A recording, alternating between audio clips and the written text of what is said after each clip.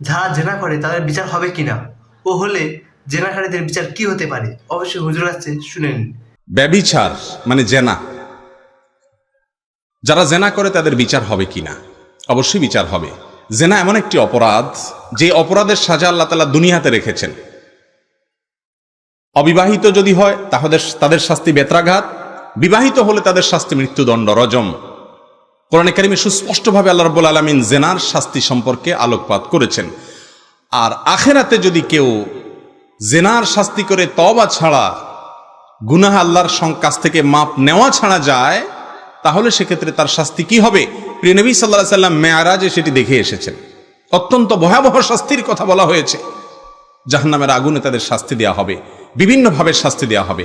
এজন্য বিশেষ করে আমার যুবক ভাইয়েরা, যুবতী বোনরা যারা শুনছেন, এমন একটা সময় আমরা পার করছি, যুবক ভাইদের যৌবনে কোনো কালিমা লাগে নাই এমন যুবক পাওয়া বড় কঠিন হয়ে গেছে।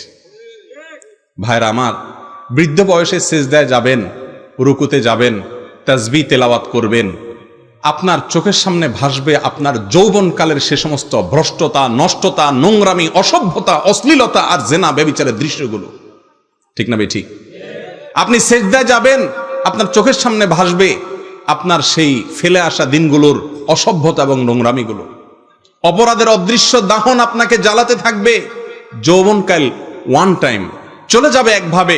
ভাইরা আমার, যদি এটাকে পবিত্র রাখতে পারেন, সংগ্রাম করতে পারেন শয়তানের বিরুদ্ধে, নিজের বিরুদ্ধে, ইনশাআল্লাহ বিইذনিল্লাহ আপনার এই যৌবনকালকে সারা জীবন আপনি এনজয় করে যাবেন, ইবাদতে মজা পাবেন। আল্লাহ তাআলা আমাদের সবাইকে জেনার যে সয়লাব চলছে, যে আহ্বান চতুর্দিক থেকে জেনার হাতছানি চলছে, সেখান থেকে আমাদের যুবক ভাই বোনদেরকে আল্লাহ তাআলা হেফাজত করুন। এর শাস্তি অত্যন্ত ভয়াবহ।